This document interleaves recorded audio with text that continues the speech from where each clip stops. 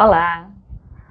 Hoje o tema é: onde você se vê daqui a 5 anos? Estava conversando com uma cliente, a gente foi vendo uns temas, ela estava necessitando que eu elaborasse alguns temas, e eu disse, vou fazer um vídeo. E na hora que eu fui pensar sobre isso, eu achei que o primeiro tema não ficava muito bom. Aí, mergulhando no primeiro tema, eu achei um segundo tema que eu achei legal. Eu pensei que podia ser melhor. E ficou onde você se vê daqui a 5 anos. Essa é uma pergunta que já fizeram para mim, e toda vez que fizeram para mim, me incomodou. Eu não sabia responder.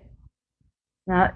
Eu não tinha pensado nesses termos de daqui a 5 anos. E eu acredito, não estou tentando aqui me tirar como modelo dos seres humanos, não. Mas eu acredito que a maioria dos seres humanos não pensa nesses termos. De onde é que eu estarei daqui a 5 anos? Como estarei? Em que momento? Qual é o projeto de vida que eu tenho? Isso é uma pergunta, na minha cabeça, tem mais a ver com os americanos, que planejam, né, até o momento da morte deles, né?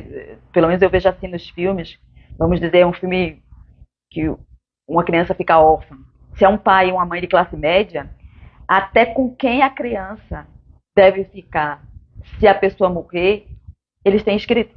Ou seja, eles planejam muito o futuro. E essa é uma pergunta muito feita em entrevista de emprego. Então, para mim, é estilo americano, sabe? Brasileiro, na média do brasileiro, a gente não programa tão longe assim, não. No máximo, hoje de noite. Né? Mas aqui a 5 anos, você tem que estudar para poder responder essa pergunta, porque livremente você não tem ela na cabeça, porque a gente não pensa, eu acho que a gente não pensa, brasileiros não pensam nesse termo. Se eu estiver enganada, coloquem no comentário. Nanda, você está enganada, brasileiros pensam assim. Eu não pensava. Aliás, eu não penso até hoje. Se me perguntasse hoje, o que é que você quer fazer daqui a 5 anos, assim, onde é que você quer estar daqui a 5 anos, eu tenho a menor ideia. Né? Baseado onde eu estou agora, eu podia dizer, olha, eu imagino que eu estarei mais feliz ainda. Porque há 5 anos atrás, eu estou mais feliz hoje do que há 5 anos atrás. Então, provavelmente daqui a 5 anos eu estarei mais feliz, me divertindo mais, e terei 5 anos a mais. Pronto, de idade. Hoje eu estou com 60. Daqui a 5 anos eu estarei com 60 anos. Eu espero que estar com 60 anos no top das minhas amigas que já têm 60 e viajam, passeiam, se divertem, com saúde, energia, ficam até mais do que eu. Então eu espero isso.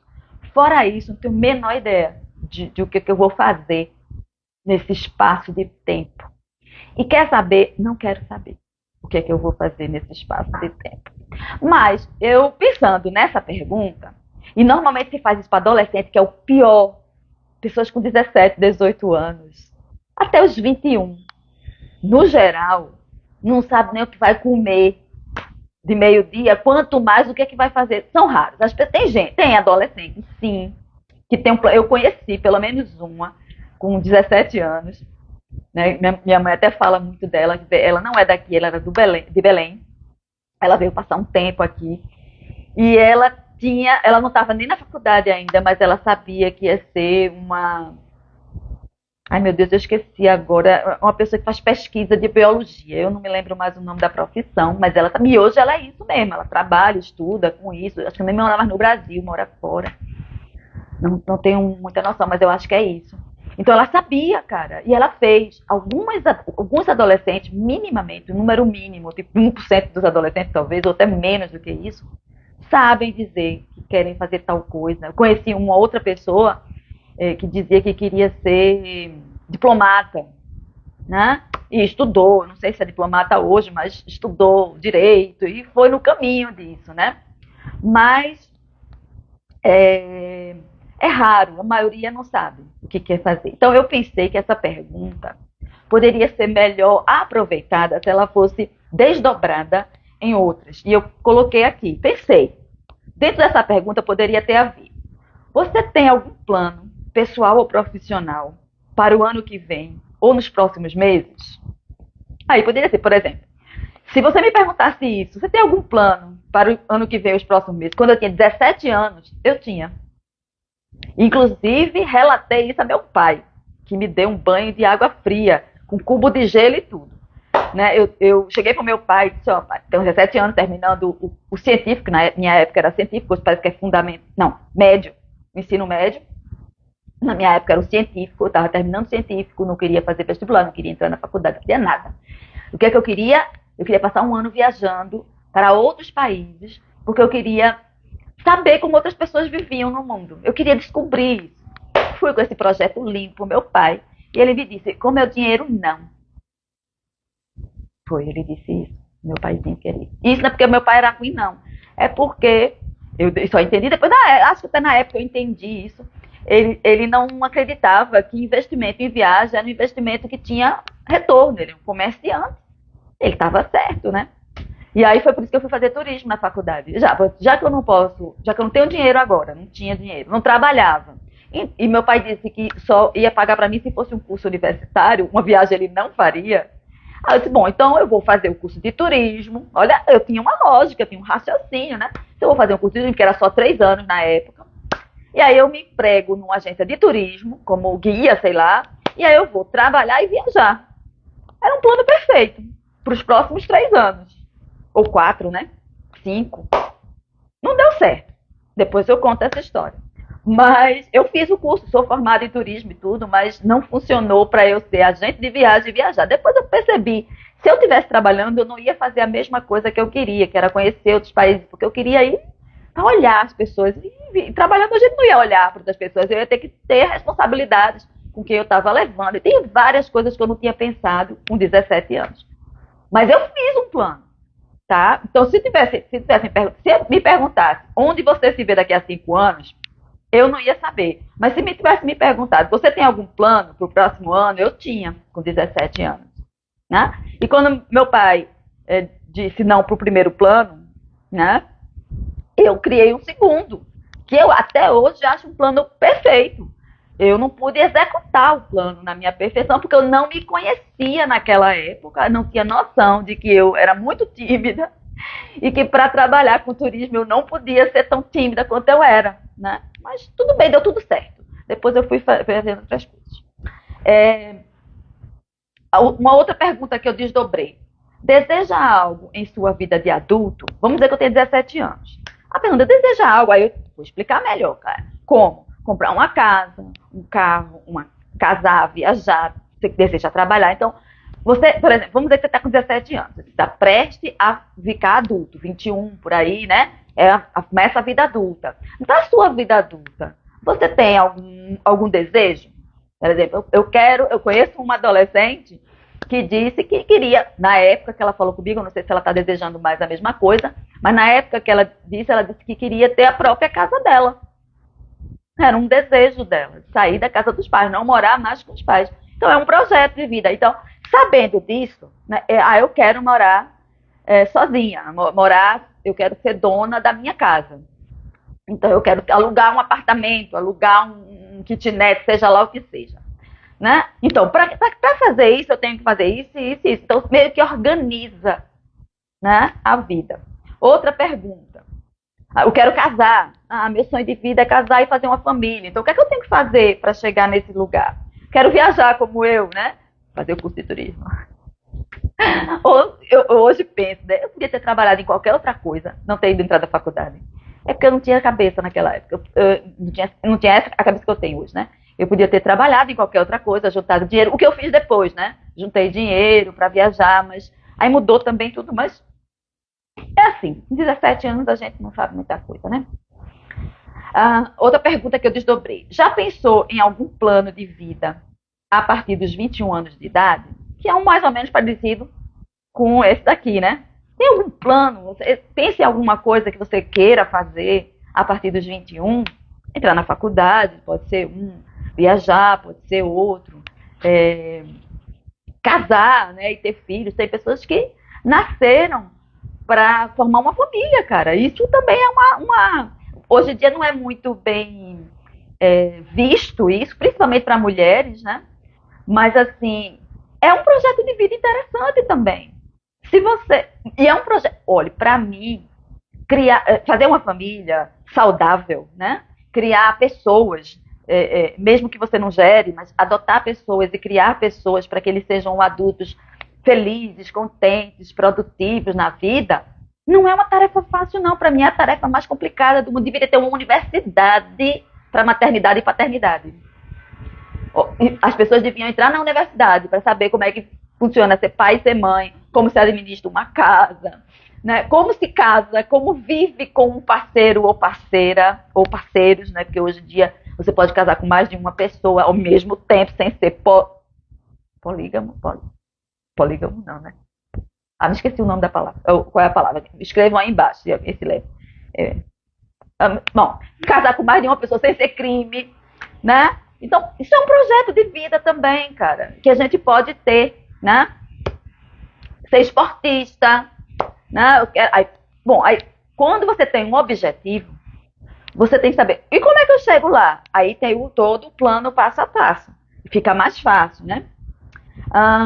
Aí tem outra pergunta, né? Quando eles perguntam onde você se vê daqui a 5 anos, quando eu tinha 17 anos, antes até de 16, 17 anos, eu não sabia do que é que eu era capaz. Então, percebe alguma tarefa a qual você sente que é fácil aprender? Se tivesse eu dizia que era dormir, porque a coisa mais fácil que eu tinha era dormir. Eu dizia que ia ser uma experimentadora de colchão. E eu descobri recentemente que tem essa profissão. Mas há 30 anos atrás, acho que não tinha, não. Porque eu dizia, vou ser experimentadora de colchão, porque a única coisa que eu sei fazer é dormir. Então eu não tinha muita noção. Mas se você fez essa pergunta, você percebe alguma tarefa a qual você sente facilidade de aprender? Né? Na época, eu acho que eu tinha facilidade de línguas, tanto os professores de inglês como o professor de espanhol, no curso de turismo. A professora de espanhol me colocou como monitora, né, porque eu tinha uma pronúncia boa. Então, se eu sei repetir quando eu estou ouvindo muito, eu capto o som da coisa e eu termino falando muito parecido. Então, é uma facilidade, né? Eu podia ter me dedicado a isso e ter aprendido línguas, né? Eu gostava muito de ler, então escrever, ler, podia ir para o jornalismo. Hoje eu percebo, na época eu não percebia muito, mas hoje eu percebo que eu gosto muito de organizar coisas. Eu organizo bem pensamentos, que é o que eu faço hoje, né? No meu trabalho, eu organizo pensamentos, os meus e os dos outros, para que as pessoas pensem com mais racionalidade, mais ordem, e tenham noção daquilo que estão pensando, sentindo. Então eu sei organizar bem as coisas, eu sei classificar coisas, então eu poderia ser uma pessoa, um arquivista, né, uma bibliotecária boa, bem competente mesmo. E eu gosto de fazer isso, viu? Eu passo horas a fio organizando pastas do computador, organizando coisas da minha casa para ser funcional.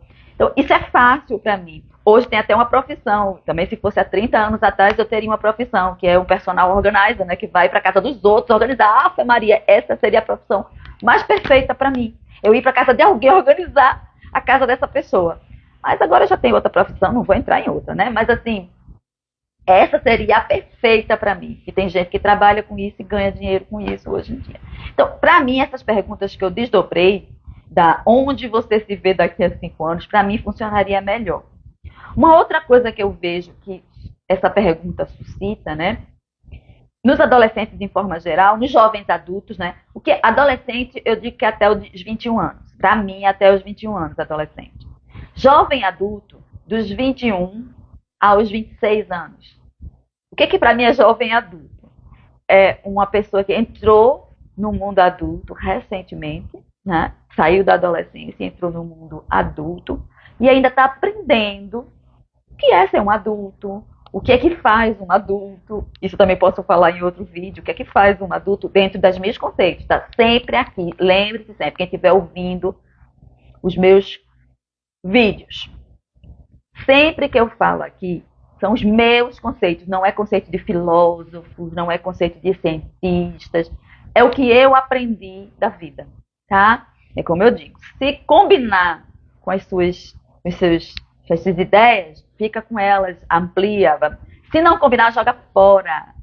Tá? Não precisa. Né? Se quiser contestar, conteste. Com a educação, você pode contestar qualquer ideia que eu estiver colocando aqui. Eu sou teimosa, eu vou contestar de volta. Mas é o máximo que vai acontecer, eu contestar de volta. Tá? Mas aí eu tenho que ter argumento para me manter no meu. Não para convencer você, né? Porque hoje em dia eu não quero mais convencer ninguém. Eu quero manter. Eu tenho que ter argumentos com você para manter a minha própria ideia. Né? E deixar você com a sua. Mas eu vou argumentar para eu manter a minha ideia. Com os meus clientes eu brigo. Quem é meu cliente sabe, eu arengo mesmo. Certo? Por quê? Porque a pessoa me pagou para ela ascender a uma vida feliz. E não quer me escutar? Então não me pague. Vá-se embora escutar outra pessoa. Então eu brigo mesmo. Praticamente estapeio mentalmente o meu cliente. Para ele acordar para Jesus. Mas fora meus clientes, não. Hoje em dia eu estou mais quieta. Né? Antigamente eu sou ariana, gente. Sou ariana. Então eu peitava todo mundo. Hoje, não, estou mais tranquila. A idade vai fazendo isso. Quem é ariano saiba. Uma certa idade a gente vai amansando. Malmente. Né? Bom, então essas perguntas aqui, eu acho que ficariam melhores. Tá? Depois eu posso até anotar no comentário. No Instagram e no YouTube, eu posso colocar também nos comentários lá para que as pessoas tenham essa noção e irem elaborando isso. Tá, essa pergunta, onde você se vê daqui a 5 anos, eu também acho que suscitava em mim o medo eu acho que todo jovem adulto, né, dos 21 aos 26 anos tem, que é o medo de fracassar. Como a gente não tem muito autoconhecimento, e eu era assim, tá, gente? Tanto é que eu desisti de ser turismóloga por causa do meu medo de fracassar. Tá? Eu fui a algumas agências de viagens e eu não fui contratada. Eu acho que eu fui umas 4. E desisti porque eu fiquei exaurida da sensação de fracasso, de que não conseguia alguma coisa. Eu não tive condição de persistir. Eu vou em todas as agências do Recife até ser contratada. E eu vou repetir, vou mostrar, vou perguntar o que é que eles querem de mim e vou desenvolver isso e voltar e oferecer. Olha, eu não tinha isso agora, mas agora eu tenho. Não fiz isso. Por quê? Porque eu era muito mais vaidosa do que sou hoje. Então, os jovens adultos normalmente são muito vaidosos. Então, um fracasso já arrasa com a autoestima da criatura. E aí, esse medo de fracassar, não é nem medo de fracassar, é o medo de sentir o desconforto do fracasso, que é a humilhação total, a derrota, a sensação de inferioridade. E aí a gente fica com tanto medo, né, que termina não fazendo mais nada. Né? Eu fiz isso mesmo, né? Eu fui trabalhar num escritório de contabilidade na época, para que eu queria ter algum dinheiro, não queria ficar em casa sem nenhuma tarefa. E eu fui trabalhar no escritório de contabilidade, que não era o meu lugar. Né? Eu tinha condição para mais, mas eu me diminuí por algum tempo, até ficar tão mal que eu precisei de terapia. Aí fui para terapia, e aí cresci. Mas quando eu fiz o curso de psicologia, voltou tudo isso, cara. Quando eu comecei a trabalhar, eu me coloquei de novo nesse medo de fracassar, como se fracassar fosse definitivo. Né? Quando eu fracasso, eu crio uma definição sobre mim. Né? E nunca mais isso vai mudar. Então eu vou ser uma fracassada, como dizem os americanos, uma loser. Eu odeio isso. Tá? Os americanos gostam de classificar pessoas. Então, uma pessoa, por exemplo, que não fez uma universidade, não foi trabalhar no escritório de advocacia, ou ser sócio do escritório de advocacia, ou sócio do escritório de marketing, que eles, né? Ou ir para Wall Street, né? Se você não foi para esses lugares e não tem um carro chique, uma casa no subúrbio, os americanos, né? Você é um loser. Por exemplo, se você trabalha com qualquer coisa mais humilde que isso aí, você é um loser, você é um perdedor, você é um fracassado, né? E você não merece dignidade. Olha que coisa maluca. E aí a gente fica com essa ideia, né, que se eu não conseguir patamares altos, no status da nossa sociedade, como tem aquele, o espanta-tubarões, né? O espanta-tubarões fala muito disso, né? O peixinho que queria, ele era herdou do pai um lava-jato que limpava os dentes das baleias, né? E ele queria atingir o pico da sociedade, e aí fez uma confusão para alcançar isso, porque ele tinha vergonha do pai dele de ser um lavador de dentes das baleias, né? Acho que era de dentes das baleias. Ah, um lavador aí. Era como se ele tivesse um lava-jato. Então, um lava-jato não era uma coisa importante, era um perdedor e dá vergonha. Então, a gente fica com muito medo de passar essa vergonha. Se eu não acertar de primeira, eu sou um perdedor. E vou lhe dizer uma coisa no alto da minha idade, dos meus 55 anos. A gente, na maioria das vezes, não acerta de primeira. E se acerta de primeira, na segunda erra. Então, não existe essa coisa de ser perdedor, fracassado.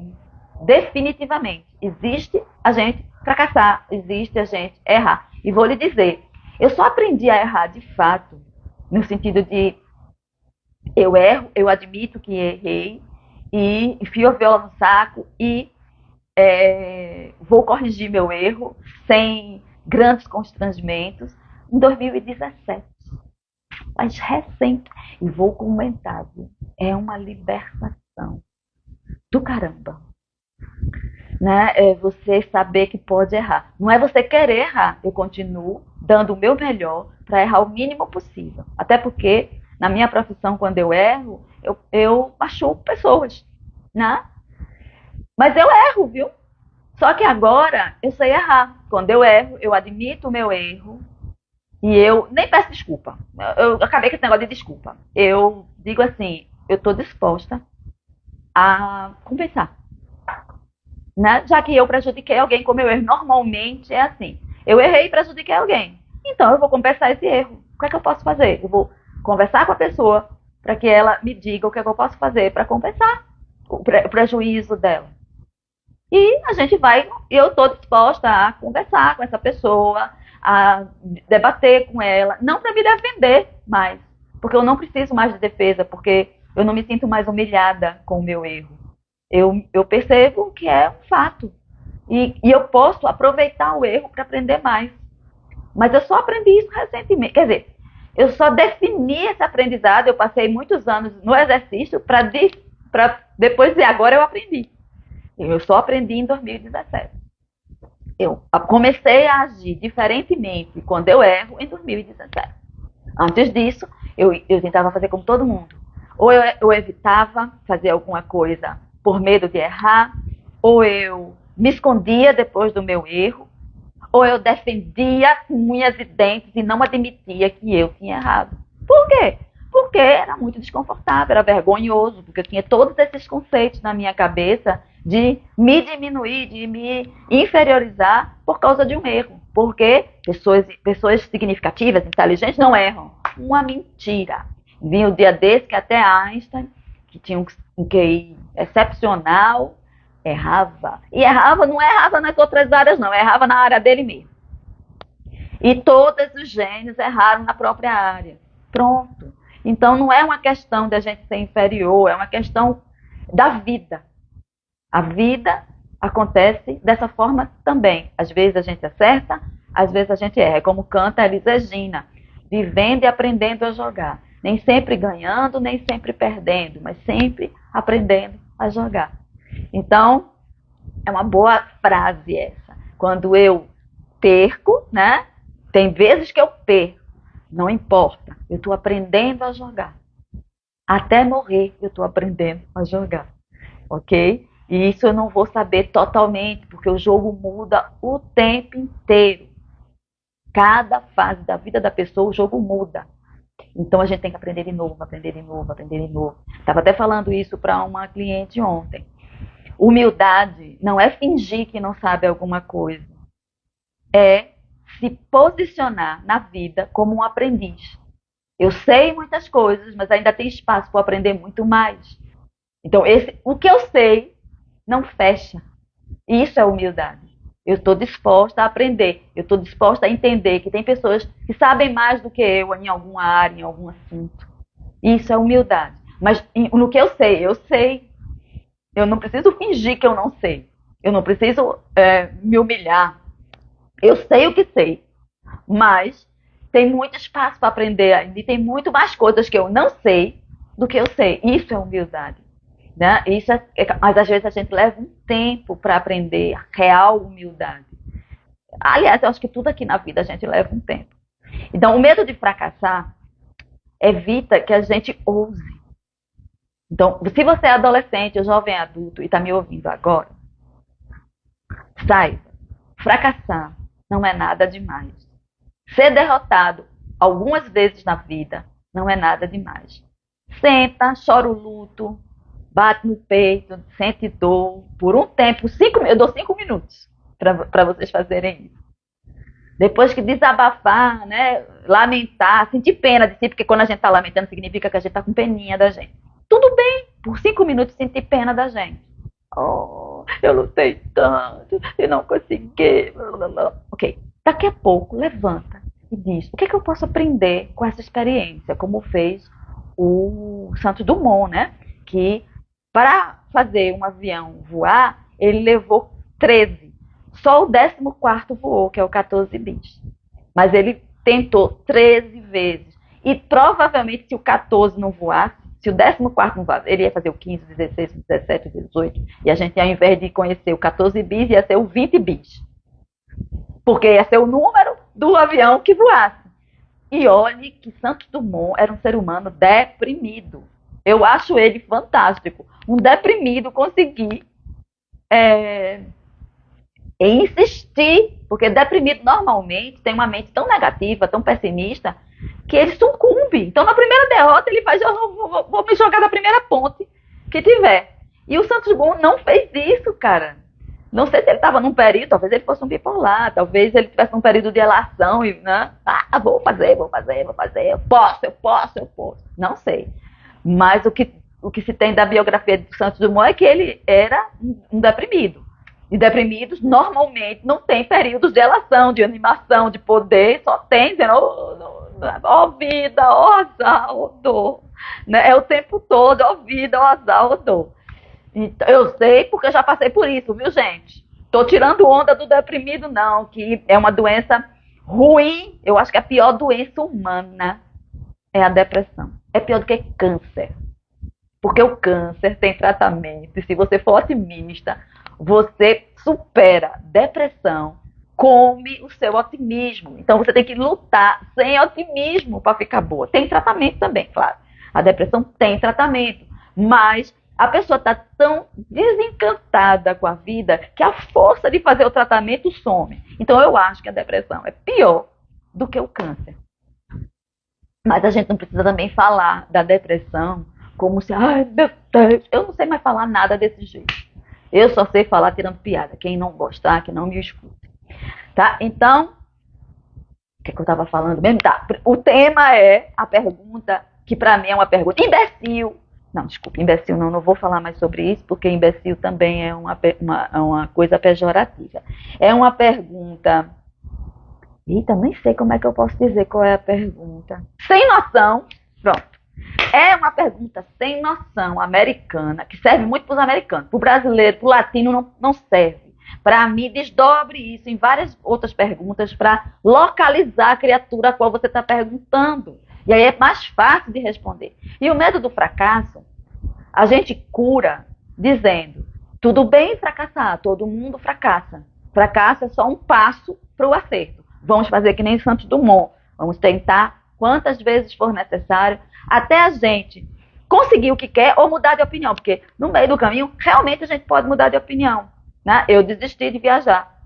De viajar no sentido de conhecer outros países e coisas. Não quis mais, porque eu mudei. Não foi porque eu fui derrotada pela situação, não. Eu mudei, eu não preciso mais disso. Eu fui para outro caminho. Então, a gente ou faz, exercita, até conseguir aquilo que a gente quer, ou, no meio do caminho, se a gente mudou, a gente também pode mudar de objetivo. Não tem problema nenhum. Eu já mudei de objetivo várias vezes. Não vejo nenhum problema nisso. Certo? Então, o que importa é a gente. Aí eu vou repetir de novo. Talvez eu esteja fazendo aqui propaganda do meu trabalho, não sei. Vocês ficam aí para julgar isso. Psicoterapia, autoconhecimento é a melhor pedida. Eu comecei com 22 anos de idade por causa disso, né? Por causa de não ter noção de mim mesma e entrar num buraco sem fundo, né? Então, psicoterapia, autoconhecimento é importantíssimo para que a gente viva uma vida satisfatória. Então, se você é um jovem adulto e tem condição de fazer psicoterapia, hoje em dia não é muito complicado. Você pode, se você não tem muito dinheiro, você tem pela internet, tem coisas muito baratas, tem baratas, coisas que você pode pagar tipo 5, 10 reais. As universidades fazem presencial também com valores acessíveis.